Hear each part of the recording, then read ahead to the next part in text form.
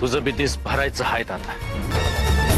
मामा, माझ्या नवऱ्याकडून चुकी झाली आहे, त्यासनी माफ करा. यमुना, तू म्हणते आहेस ते खरं आहे. मामा, तुम्हासनी माझं नाव ठाव आहे? समज ठाव आहे मला. माझ्यापासून काय बी लपून आहे.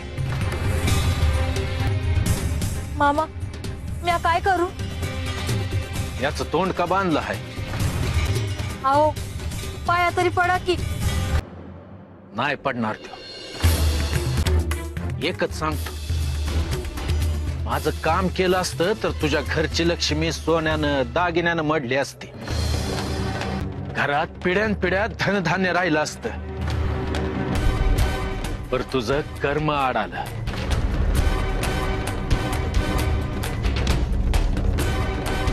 मामा, चुकलंय यांचं.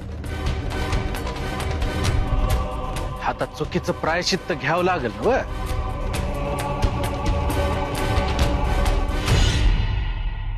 चुकलं माझं मामा. परमेश्वरानं जो देह दिला हाय त्यानं पुण्यात